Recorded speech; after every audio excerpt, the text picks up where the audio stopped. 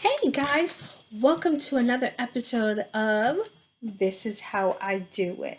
This is how I do it. I'm your host, Kayla New York. So today we're going to be talking about sublimating. We're going to be sublimating this flag, and I'm going to teach you how to sublimate it to look like this.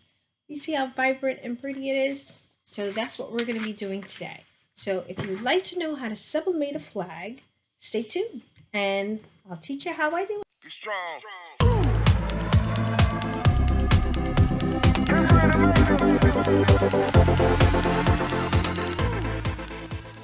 So we're going to take this. This is my logo. We're going to take this and we're going to put it on the flag. Now, in order to sublimate onto the flag, we're going to have to flip it. So I have Windows, so I just went into preview or a preview photo, and it has like a whole crop adjust thing. Just go into that, and then I want to save a copy. So I don't know if you can see down here, right there, move it for you a little bit. Is save a copy because I don't want to override the original. If I wanted to override the original, I would leave it, I would click save, but I want to save a copy. Let's see if it works. Sometimes it works, sometimes it doesn't. Let's see. Oh, great. So it did work. So now we're going to put it in downloads, and we're going to put my brand new logo flip. And we're saving it as a JPEG. And there we go. Pull you back. So then now what we're going to do is we're going to print this on our sublimation paper. Remember, it has to be sublimation paper. It cannot be transfer paper to sublimate. It cannot be regular paper to sublimate. It has to be sublimation paper. So I go into here. So I adjust it for the cassette, but I'm adjusting it for 11 by 17. That's roughly the size of the flag. I want the whole thing on the whole flag. Photo size is full. We're going to shrink to fit. I always check to see what fill would look like, but see how fill makes it go off the page, so I put it back to shrink to fit. And then we send it to the printer. We go click. If you're using the Epson Workforce 7710, you make sure and put the paper face down because it's going to flip the paper over. Now you're going to watch it. This is how it's going to come out. It's going to come out kind of dull, but once you heat it up, it's going to get vibrant and bright. So it's going to print dull, so don't freak out. But then once you press it with the heat, it livens up. It's crazy. From what I understand, sublimation is more of a gas. It's a gas, not like ink. It's not ink. It's like it kind of like explodes. That explodes like boom, but like explodes onto the vibrant colors and stuff. It's actually really cool. So it's printing, and remember, you need a mirror image.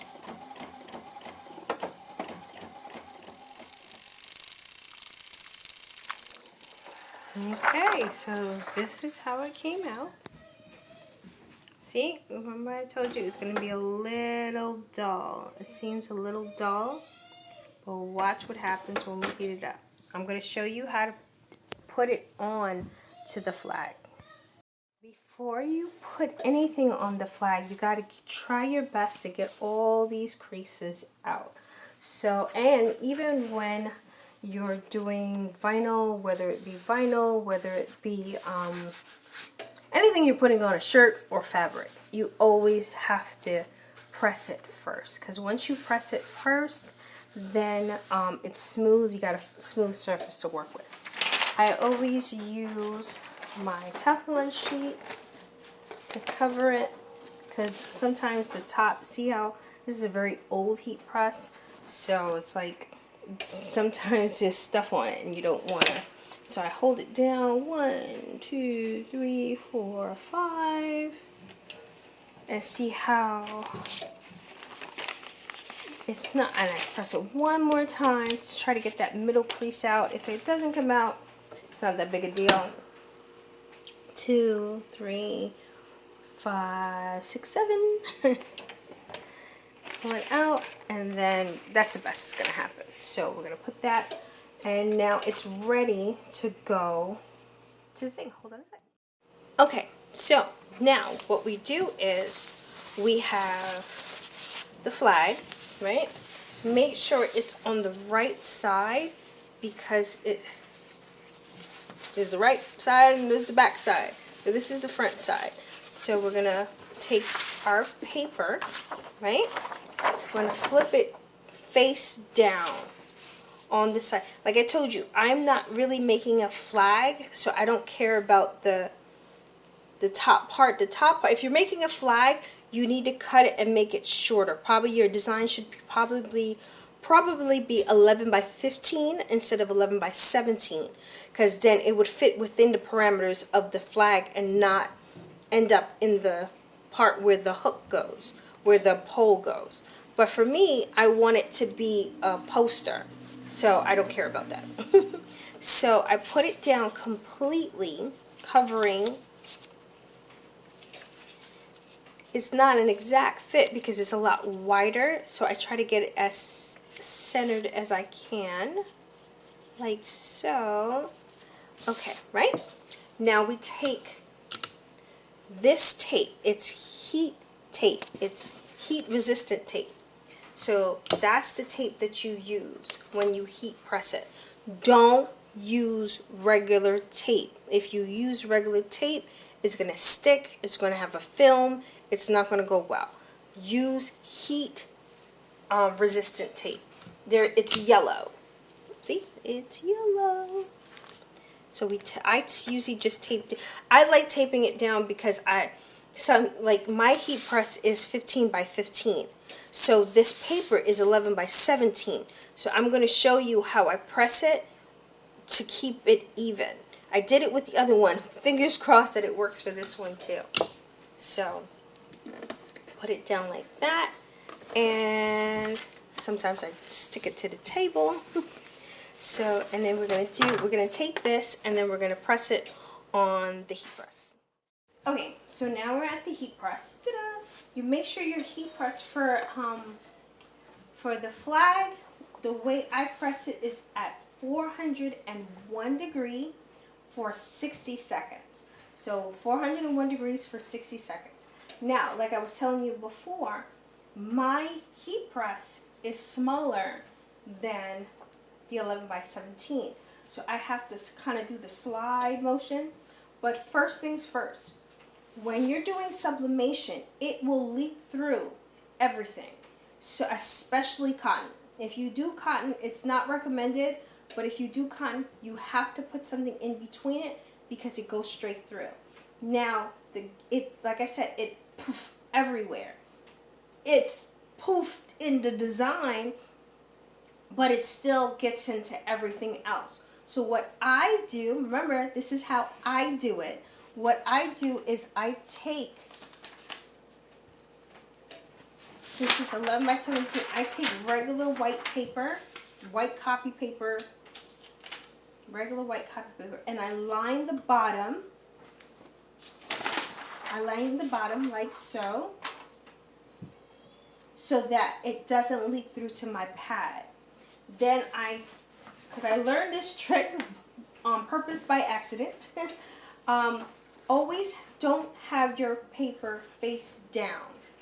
Have it faced up on the, whatever you're pressing, have it faced up.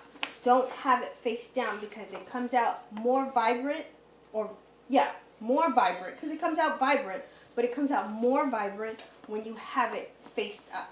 So we're going to take it and we're going to put it face up. And like I said, it's too big. So my main concern is the crown. So I'm going to start with that just in case we have an issue. At least I have the crown at the top. So what I also do is to save my Teflon. So I cover it once again with white paper. And that's why you put it face up, because it's already, if you put it face down, it has to go through the white paper we put and their paper. So you put it face up. So we're going to take this Teflon and we're going to cover it. And we're going to have like medium to high pressure. And then we're going to click it.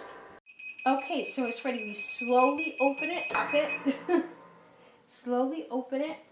You adjust it. Don't move it too much. I think I moved it a little too much when I popped it.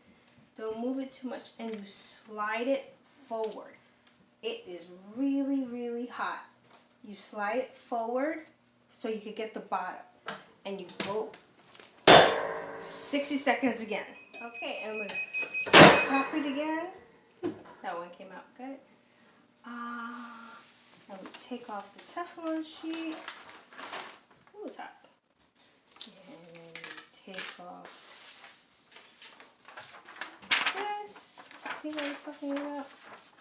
It bleeds through.